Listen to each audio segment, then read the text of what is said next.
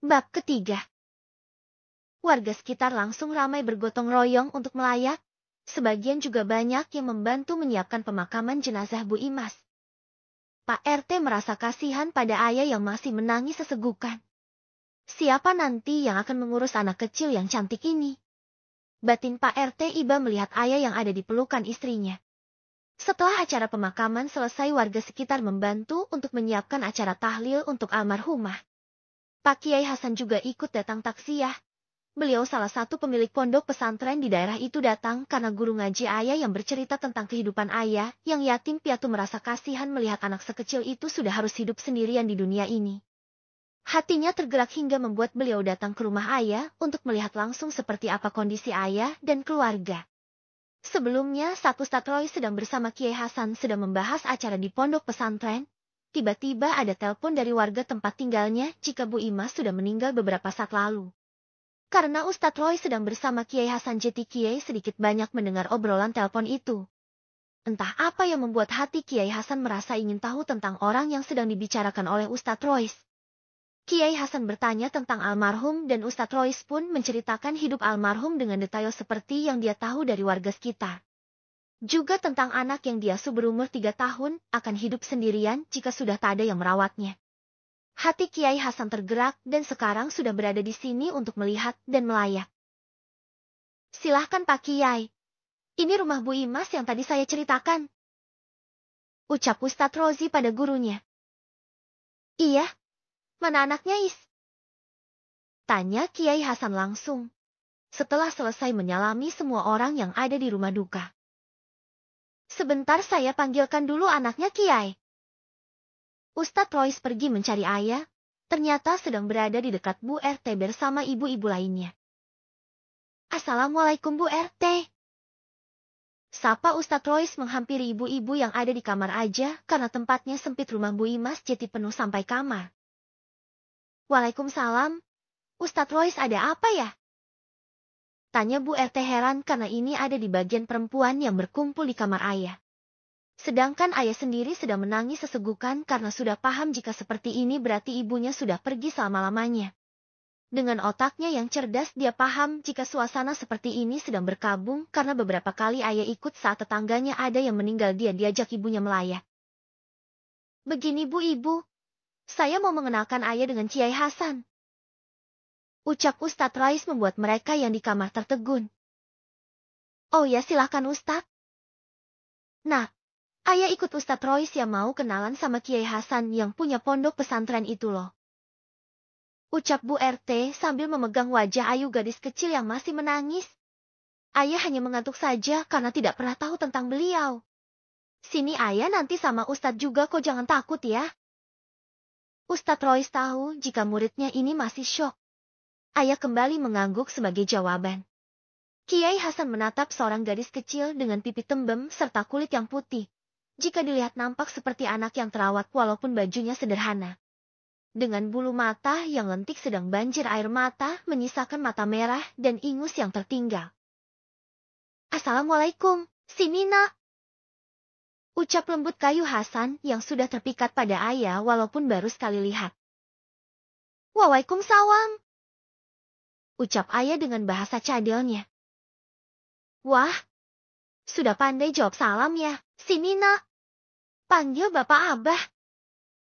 Ucap Kiai Hasan membuat ayah bingung dan menoleh pada Ustadz Rois. Kamu bingung ya? Ini Kiai Hasan, beliau pemilik pondok pesantren Rahmat ya, mau kenalan sama ayah. Ayah mau gak kenalan dengan abah Kiai Hasan? Ucap Ustadz Rois menjelaskan, karena paham jika ayah bingung. Iya Ustadz, namaku Cahaya Humaywoh. Dipanggil ayah Ebi. Bah. Ucap ayah masih terbata. Maksudnya Cahaya Humayroh Kiai. Dia masih belum lancar bilang L dan RJTW. Hehe. Gurau Ustadz Rois membuat Kiai Hasan paham. Wah cantiknya namanya seperti orangnya ya, umurnya berapa nak? Tanya Kiai Hasan. Kata ibu segini. Jawab ayah menunjukkan 3 jari ke depan dadanya. Itu berapa nak? Tanya Kiai Hasan supaya ayah mau berbicara santai padanya. 1, 2, 3. 3 Abah. Meneukan? Tanyanya setelah selesai berhitung dan meminta dukungan pada Kiai Hasan dan Ustadz Rois. Kepalanya bertanya pada dua orang dewasa di depannya. Iya, benar nak. Umurnya jadi sudah 3 tahun. Sudah bisa berhitung. Ayah hebat ya. Puji Kiai Hasan membuat gadis kecil itu tersenyum malu. Ustadz Rois yang melihat cukup terharu setidaknya ayah bisa kembali berbicara setelah dari tadi dia hanya menangis dan diam saja membuat para ibu-ibu juga khawatir. Ustadz kalau Ustadz tidak keberatan bisa panggilkan Pak RT. Saya mau bicara penting. Ucap Kiai Hasan. Baik Kiai. Saya pamit cari Pak RT dulu. Ayah di sini sama Abah ya. Abah orang baik kok. Ucap Ustadz Rois membuat ayah mengangguk dan berjalan ke arah Kiai Hasan. Ayah maju di depan Kiai Hasan, tangannya mengacung ke depan ke arah tangan Kiai Hasan. Kiai Hasan sempat tertegun dan setelah sadar mengangkat tangannya. Ayah langsung menyambutnya dengan mencium punggung tangan Kiai Hasan dengan takzim. Itu adalah hal yang ayah biasa dia lakukan pada ibunya. Masya Allah nak, kamu sudah bisa mencium tangan Abah. Diajari siapa nak? Tanya Kiai Hasan takjub. Diajari sama ibu. Jawab ayah dengan mata yang berkedip lucu. Duduk sini dekat Abah. Mulai sekarang panggil saya Abah. Coba ulangi. Abah ah.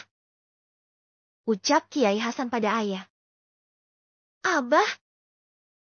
Ucap ayah lembut membuat Kiai Hasan merasa tersentuh. Assalamualaikum Kiai. Ucap Pak RT datang bersama Ustadz Rois di belakangnya. Waalaikumsalam Rabel Yueh. Rabel Yueh, silahkan Pak RT, saya mau bicara penting tentang ayah Pak. Pak RT yang paham langsung duduk bersama Ustadz Rois. Iya Kiai, ada apa ya? Ucap Pak RT bingung. Begini Pak, jika berkenan saya mau bawa ayah ke pondok pesantren. Dia akan saya angkat jadi anak angkat saya. Jujur saja melihat keadaan ayah yang sekarang saya rasanya tidak tega melihat dia hidup sendirian di umur yang belia ini. Ucap Kiai Hasan setelah tadi berpikir sejenak dan inilah keputusannya. Oh, saya justru sangat berterima kasih sekali pada Kiai. Jujur saya juga bingung tadinya bagaimana nasib ayah nantinya. Namun Allah seolah sudah mengirim bantuan lewat Pak Kiai dari kegelisahan hati saya. Sebagai RT saya juga ingin warga saya hidupnya terjamin Kiai. Ucap Pak RT tersenyum, begitupun Ustadz Rois yang mendengar langsung jika ayah akan diangkat anak oleh Kiai Hasan. Baiklah Pak, biar nanti setelah selesai tahlil di sini saya akan jemput ayah. Sekarang saya mau pamit pulang dulu untuk menyiapkan tempat untuk ayah. Saya pamit dulu Pak RT.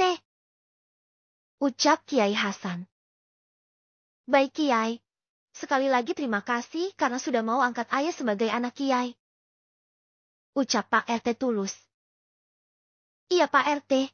Sudah seharusnya kita saling peduli dengan sesama, apalagi ini ayah anak di bawah umur masih butuh perlindungan dari kita. Assalamualaikum Pak Bu. Ucap Kiai Hasan berlalu bersama Ustadz Rois meninggalkan rumah duka.